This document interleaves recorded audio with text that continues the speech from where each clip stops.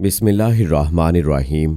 अस्सलामुअलैकुम। इल्म की बात चैनल देखने वालों को राव कमर रिजवान नई वीडियो में खुशामदीद कहता है। दोस्तों, हाफिज इब्ने हजर अस्कलानी ने अपने किताब में उस कुत्ते का जिक्र किया है जिसने नबी पाक सल्लल्लाहु अलैहि वसल्लम के गुस्ताख शख्स को एक लम्हे को बर्दाश्त न किया और उस बेहुरमती पर उससे बदला लिया। एक दिन नसारा के बड़ों की एक जमात मंगोल कबीले की एक दावत में शिरकत करने के लिए रवाना हुई। उस दावत का एहतमाम मंगोल कबीले के शहजादे की नसरानियत कबूल करने पर किया गया था। उस तकरीब में आने वाले एक ईसाई मुबल्लिग ने नबी पाक सल्लल्लाहु अलैहि वसल्लम की शान अक़दस में गुस्ताखी की और नाजेबा कलमात बके। करीब ही उस मंगोल कबीले का एक कुत्ता बंधा हुआ था। उसने जब ये सब सुना तो छलांगे लगाना शुरू कर दी कि किसी तरह रस्सा खुलवा ले। कुछ देर कोशिश के बाद आखिर कुत्ते ने रस्सा खुलवा लिया और उस ईसाई को जा दबोचा। कुत्ते ने ईसाई मुबल्लिग पर ताबड़तोड़ हमले किए और कबल इससे कि वो उस ईसाई मुबल्लिग के हाथ को तन से जुदा करता, कबीले वालों ने उसे पकड़कर दोबारा बांध दिया और ईसाई मुबल्लिग की जान छुड़वाई।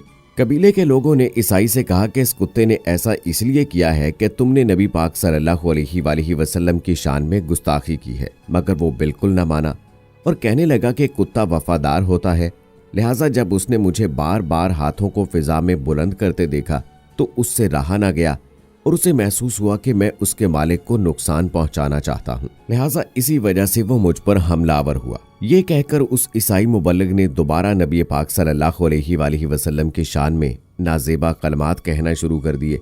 अभी उसने गालियां बकना शुरू ही की थी कि उस कुत्ते ने रस्सी तुड़वाकर उस गुस्ताख पर हमला कर दिया और अब की बार अपने पंजे सीधा उसके गर्दन में पैबस्त कर दिए, जिसके बायस वो गुस्ताख तड़प तड़प कर वहीं मर गया। दोस्तों, अल-ज़ाहिदी ने इस वाक़े को अपने किताब में सही इसनाद के साथ नकल किया है और इस वाक़े के ऐनी शाहद के हवाले से वो लिखते हैं कि अल्लाह की कसम, उस कुत्ते ने मेरे सामने उस मलून को काटा, उसकी गर्दन को दबोचा, जिससे वो हलाक हो गया। इस तकरीब के मेज़बान पहले तो इसे इत्तफाक समझते रहे, मगर जब एक के बाद दूसरा हमला हुआ तो उन्हें मालूम हो गया कि ये नबी पाक सल्लल्लाहु अलैहि वसल्लम की शान अक़दस में गुस्ताखी का नतीजा है।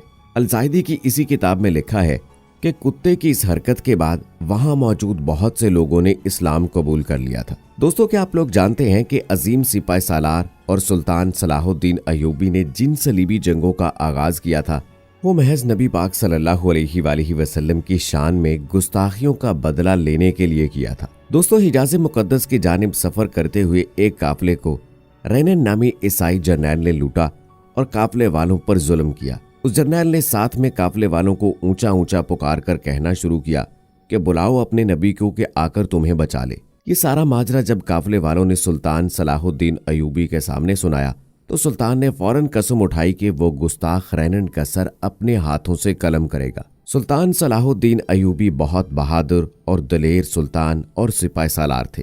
दोस्तों, माना जाता है कि इस्लाम की तारीख में हजरत खालिद बिन वलीद के बाद सुल्तान सलाहुद्दीन अय्यूबी ऐसे काबिल सिपाही सालार थे कि जिन्हें खालिद बिन वलीद सानी का लक़ब दिया गया। दोस्तों, सलाहुद्दीन अय्यूबी सुल्तान नूरुद्दीन जंगी के शागिर्द और बेहतरीन दोस्त थे। सलाहुद्दीन अय्यूबी ने अपनी सारी जिंदगी सलीबियों से जंग की और उन्हें नाकों चने चबवाए। मिस्र और फ़लस्तीन की सरजमीन पर सलीबियों को शिकस्त फाश देकर उन सरजमीनों को पाक करना इस बात की एक छोटी सी दलील है। दोस्तों, सलीबी तो सुल्तान सलाहुद्दीन अय्यूबी के नाम से कांप उठते थे और कहा करते थे कि अगर किसी तरह सुल्तान सलाहुद्दीन अय्यूबी और सुल्तान नूरुद्दीन जंगी को खत्म कर दिया जाए तो कोई इस्लाम का नाम लेवा ना बचे। एक बात यहाँ आपको बताते चलें कि जंग के दौरान एक सलीबी जर्नैल को कैद करके सलाहुद्दीन अय्यूबी के सामने पेश किया गया तो डर के मारे उसका पेशाब खता हो गया। कहा जाता है कि ये वही मलून जर्नैल था जिसने नबी पाक सल्लल्लाहु अलैहि वसल्लम की शान अक़दस में गुस्ताखी की थी। सलाहुद्दीन अय्यूबी के हाथों सलीबियों को पै दर पै शिकस्त के बाद तमाम सलीबियों का यही मानना था कि ये जर्नैल ही उन्हें सलाहुद्दीन अय्यूबी के हाथों से बचाएगा और फतह दिलाएगा। जबकि ये बदमस्त जर्नैल अक्सर बकवास किया करता था कि हम एक दिन नबी के शहर मदीना को फतह कर लेंगे और इस्लाम को हमेशा के लिए मिटा देंगे। यही जर्नैल नबी पाक सल्लल्लाहु अलैहि वसल्लम की शान में गुस्ताखी किया करता था। इस बारे जब सलाहुद्दीन अय्यूबी को खबर मिली तो उनका चेहरा गुस्से से सुर्ख हो गया और आपने ऐलान किया कि इस मलून को किसी भी मार्के में पकड़े जाने पर कुछ न कहा जाए और उसे जिंदा सलामत मेरे खैमे में लाया जाए। उस दौर के मुसलमान जर्नैलों की लिखी गई याददाश्तों से ये बात वाज़े पता चलती है कि इस वाक़े के बाद सुल्तान सलाहुद्दीन अयूबी हमेशा गुस्से की हालत में होते और बेचैन रहते। हालांकि सुल्तान की सबसे बड़ी खूबी यही थी कि वो अपने गुस्से पर काबू पाते और जहन को सुकून में रखते। मगर इस मलून की गुस्ताखी के बाद आपकी ज़हनी और कल्बी हालत यकसर बदल गई थी। सुल्तान सलाहुद्दीन अयूबी फरमाते थे कि मेरे गुस्से की ये आग उस मलून की खून से ही ठंडी हो सकती है और दुनिया को ये पैगाम देना चाहता हूँ कि मुसलमान सब कुछ बर्दाश्त कर सकता है मगर अपने आका सल्लल्लाहु अलैहि वसल्लम की शान में गुस्ताखी हरगिज बर्दाश्त नहीं कर सकता और ना ही ऐसे मलून को माफ़ किया जा सकता है। और फिर यही वो वजह थी कि जब उस सलीबी जर्नैल को सुल्तान के सामने पेश किया गया तो उसका पेशाब निकल गया, क्योंकि सुल्तान का चेहरा गुस्से से तमतमा रहा था।